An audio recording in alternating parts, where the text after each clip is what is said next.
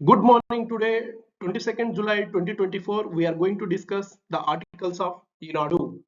First article, రాష్ట్రాభివృద్ధికి మౌలిక వ్యూహం ఏ విధంగా అనుసరించాలి, ఏ విధమైన రాష్ట్ర అభివృద్ధి కోసం పాటుపడాలి అనేది ఆర్టికల్ రాయబడింది. మనం చూసుకుంటే కొత్తగా రాష్ట్రంలో నూతన ప్రభుత్వం కొలువుదీరింది. నూతన ప్రభుత్వం అనగా భారతీయ జనతా పార్టీ, జనసేన మరియు టీడీపీల కూటమి ప్రభుత్వం ఏర్పడింది. ప్రభుత్వం ఏర్పడగానే వివాదాస్పదమైన ల్యాండ్ టైటిలింగ్ చట్టాన్ని రద్దు చేశారు. దాని తర్వాత గత ప్రభుత్వంలో మూసివేసిన అన్నా క్యాంటీన్లను మళ్ళీ తెరిచారు. అదేవిధంగా పింఛన్ల పెంపిణీ కూడా మొదలైంది. సో ఇవన్నీ ఒక ముఖ్య అంశాలను సూచిస్తాయి అండ్ కొత్తగా ఫామ్ అయిన గవర్నమెంట్ మీద ఒక అపారమైన బరువు బాధ్యతలను మోపుతాయి. అయితే ఇంకా చూడవలసిన అంశాలు ఏంటంటే, సంక్షేమ పథకాలు ఎన్నో అమలు చేశామని గత ప్రభుత్వంలో చెప్పుకున్న రహదారులు, విద్యుత్ కేంద్రాలు వంటి మౌలిక సదుపాయాలను గత ప్రభుత్వం నిర్లక్ష్యం చేసింది. ఈ ప్రభుత్వం కూడా వాటిని నిర్లక్ష్యం చేయకుండా ఏ విధమైన సదుపాయాలు కొనసాగించాలనేది చూడాలి. గ్రామాల్ని మరియు పట్టణాల్లో మంచి రోడ్లు, తాగునీటి సరఫరా, పరిశుభ్రత వసతులు ఉండాలని ఎవరైనా కోరుకుంటారు. సమంజసమైన పన్నులు, నిరంతర విద్యుత్ సరఫరా జరగాలని, వ్యవసాయం చేయడానికి నీటి వసతులు లభ్యం కావాలని, రవాణా వ్యవస్థ సరిగా ఉండాలని ఎవరైనా ఆశిస్తారు. ఐక్యరాజ్య సమితి, United nations sustainable development goals లో కూడా ఈ లక్ష్యాలని పొందుపరిచారు. వాటిలో భాగంగా అన్న క్యాంటీన్లు, వాటి ద్వారా ఉచిత భోజన సదుపాయాలు. ఉచిత భోజన సదుపాయాలు అంటే రాయితీల్లో తెలియజేస్తారండి. ఎక్కువ ఖర్చులు కాకుండా కొంచెం తక్కువ ఖర్చులకే ప్రతి పేదవారికి పట్టెడు అన్నం కల్పిస్తారు. తాగునీటి సరఫరా, అందువలన రోగాలు ప్రబలకుండా అరికట్టడానికి మంచి త్రాగునీరు. ఎన్టీఆర్ సుజల స్రవంతి పథకాల్లో ఇవన్నీ పొందుపరిచినవే. గత ప్రభుత్వంలో కనీస వసతులను కల్పించలేకపోయాయి. పెట్టుబడుల్ని కల్పించడంలో ప్రభుత్వం విఫలమైంది. ఈ లోపాలను సరిదిద్దడానికి నిధులు లేకుండా పోయాయి. కొత్త పరిశ్రమలు, ప్రాజెక్టుల నిర్మాణానికి, దెబ్బతిన్న ప్రాజెక్టుల పునరుద్ధరణకు కావాల్సిన భారీ పెట్టుబడులు ఈ ప్రభుత్వం ముందున్న కొత్త లక్ష్యాలు. అన్న క్యాంటీన్లు సరిచేయడం తప్పకుండా ఒక మంచి ఉద్దేశమే. కానీ ప్రయాణికులకు, పేద విద్యార్థులకు, చిరు విద్యార్థులకు ఈ అన్న క్యాంటీన్లు ఇంకా బాసటగా నిలవాలి. ప్రతి పేదవాడికి అన్నం, ఫ్రీ ఫుడ్ లేకుండా ఎవరు ఉండకూడదు. ఇది ఒక మౌలిక సదుపాయం, బేసిక్ నెసెసిటీ. ఇది కూడా కల్పించాలి.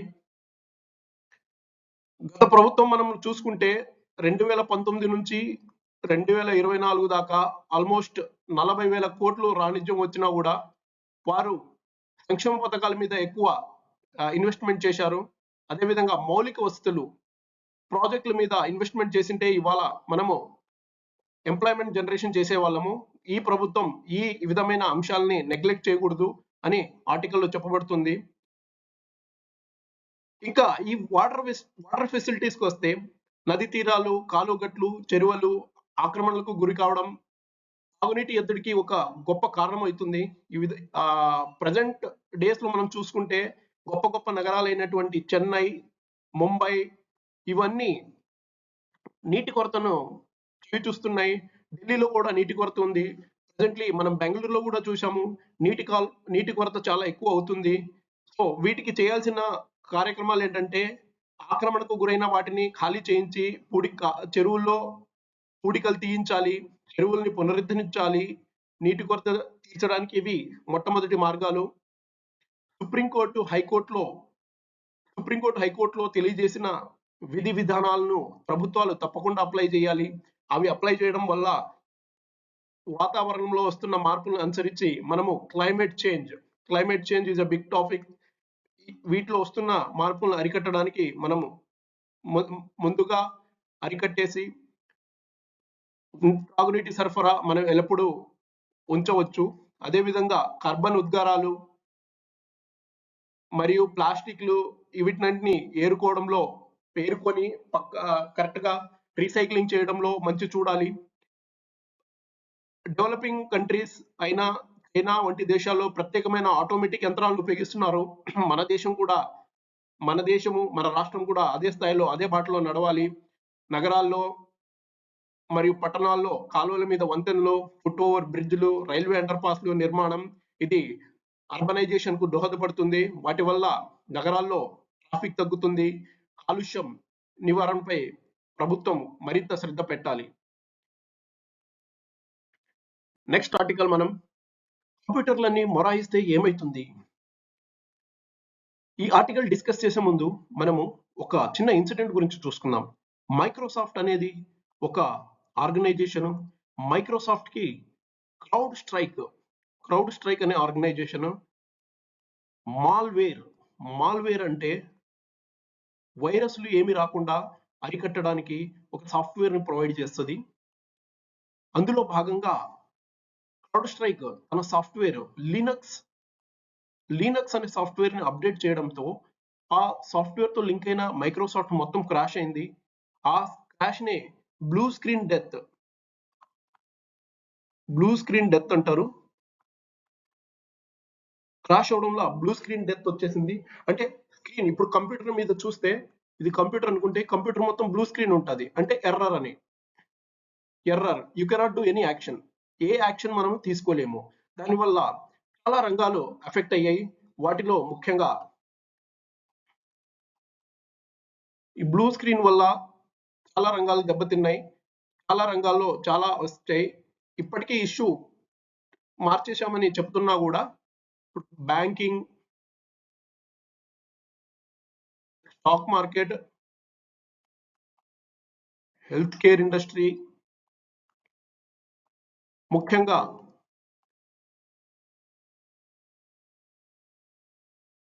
Aeroplanes, football industry, government institution చాలా వరకు ఎఫెక్ట్ అయ్యాయి. బ్యాంకింగ్ ఇండస్ట్రీలో ట్రాన్సాక్షన్స్ చేయడానికి చాలా ఇష్యూస్ ఫేస్ చేశారు. మొత్తం కంప్యూటర్ నెట్వర్క్ డౌన్ అవడం వల్ల బ్యాంకింగ్ చాలా వరకు మూసివేయబడింది. ఇంకా స్టాక్ మార్కెట్ వస్తే stock market business as usual నడిచినా కూడా స్టాక్ మార్కెట్ లో కూడా చాలా నష్టాలను చవి చూసింది. హెల్త్ రంగంలో అయితే చాలా వరకు ఇష్యూస్ వచ్చాయి. పేషెంట్లు చాలా సమస్యలను ఎదుర్కొన్నారు. పేషెంట్స్ ఎవరైతే అత్యవసర పరిస్థితుల్లో వారు సర్జరీకి వెళ్తున్నారో వాళ్ళు కూడా చాలా ఇష్యూస్ ను ఫేస్ చేయాల్సి వచ్చింది. ఏరోప్లేన్ ఇండస్ట్రీ అయితే చాలా డిలేస్ చూసింది. బోర్డింగ్ పాస్ ఎవరికైతే బోర్డింగ్ పాస్ ఇస్తారో బోర్డింగ్ పాస్ అది చాలా డిలే అయి మాన్యువల్ మోడ్ లో వెళ్ళిపోయారు. From automatic mode to manual mode వెళ్ళిపోయారు. ఫుట్బాల్ ఇండస్ట్రీ కూడా వారు నడిపే ఫుట్బాల్ మాంచెస్టర్ యునైటెడ్ వంటి కానీ ఏదైనా కానీ వాళ్ళు కూడా వాళ్ళ ఎంప్లాయీస్ కి ట్రావెల్ లో చాలా ఇబ్బందులు ఫేస్ చేశారు. Government across the world several government had faced different issue. మనం క్రౌడ్ స్ట్రైక్ గురించి తెలుసుకుంటే క్రౌడ్ స్ట్రైక్ ప్రెజెన్స్ 170 కంట్రీస్ లో ఉందండి. 170 కంట్రీస్ ఇది మాల్వేర్ సాఫ్ట్వేర్ ప్రొవైడ్ చేస్తుంది డిఫరెంట్ ఆర్గనైజేషన్ కి. ప్రెసెంట్లీ ప్రెసెంట్ ఇష్యూ వల్ల చూడండి దీని ఇష్యూ ఎలా ఉందో. 170 కంట్రీస్ అంటే what we have discussed is very less. చాలా వరకు చాలా రంగాలు ఎఫెక్ట్ అయ్యాయి. దో ఇప్పుడు సామాన్య స్థితిలో వచ్చినా కూడా చాలా సమస్యలు ఇంకా అలానే ఉన్నాయి. సో ఇష్యూకి మెయిన్ కారణం ఏంటి? కంప్యూటర్లన్నీ ఇలా మొరాయిస్తే ఏంటి పరిస్థితి? మనము ఈ కాలంలో డిజిటల్ రంగం మీద ఎక్కువ ఫోకస్ చేస్తున్నాము. కానీ ఈ కంప్యూటర్లు ఒక రకంగా మొరాయిస్తే మనకు ఏ విధమైన సమస్యలు ఎత్తుతున్నాయి? మన భారతదేశంలో చూసుకుంటే రిజర్వ్ బ్యాంక్ ఆఫ్ ఇండియా ఏమని తెలిపిందంటే బికాస్ మనము ఈ మైక్రోసాఫ్ట్ సాఫ్ట్వేర్ ని తక్కువ వాడడం వల్ల ఈ కోడ్ వాడకపోవడం వల్ల మనకు అంత డ్యామేజ్ ఏమీ లేదు. బట్ వేరే రాష్ట్రాల్లో పోల్చుకుంటే వేరే దేశాలు వేరే రాష్ట్రాలతో పోల్చుకుంటే మన దాంట్లో డ్యామేజ్ చాలా తక్కువ. కానీ ఇది ఒక సదుపాయం మనకు ముందుకెళ్ళడానికి. ఎందుకంటే ఈ విధంగా డ్యామేజ్ అయితే మొత్తం వరల్డ్ డిజిటల్ నెట్వర్క్ మొత్తం డ్యామేజ్ అయిపోతుంది. మొత్తం స్టాండ్ స్టిల్ కి వచ్చేస్తుంది. ఈ లోపాలని నియంత్రించాలి. ఈ లోపాలను నియంత్రించడానికి ఆథర్ కొన్ని రికమెండేషన్స్ ఇస్తారు. కంపెనీ ఏం చేయాలంటే బహుళ క్లౌడ్ సర్వర్ ని ఉపయోగించాలండి. డిఫరెంట్ క్లౌడ్ సర్వర్ ఒకదాని మీద డిపెండ్ అవ్వకుండా ఒకటి ఇలా 3 క్లౌడ్ సర్వర్స్ ఉన్నాయి. Server 1, server 2, server 3. ఇది డ్యామేజ్ అయినా కూడా వీటి మీద డిపెండ్ అయి ఉండాలి. డిఫరెంట్ క్లౌడ్ సర్వీస్ లో ఒక దాంట్లో ఉండాలి. Banking industry, financial industry, health care industry ఇవన్నీ బ్యాకప్ వ్యవస్థలను మరింత పటిష్టంగా ఉండేటట్టు చూసుకోవాలి. మైక్రోసాఫ్ట్ కి మనం ప్రత్యామ్నాయం ఏం లేనప్పటికీ భద్రతా సమస్యలు ఉన్నందున వారు కూడా ప్రత్యామ్నాయాలను వెతుక్కోవాలి.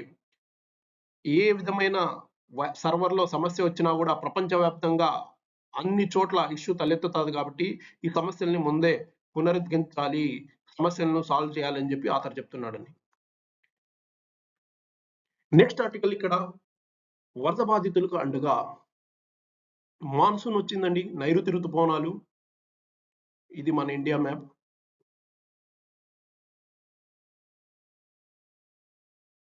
ఇది ఇండియా మ్యాప్. ఇది ఆంధ్రప్రదేశ్, ఇది తెలంగాణ, ఆంధ్రప్రదేశ్.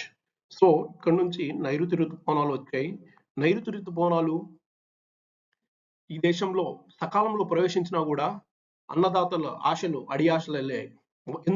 ఎందుకు అడియాశలు అయ్యాయి?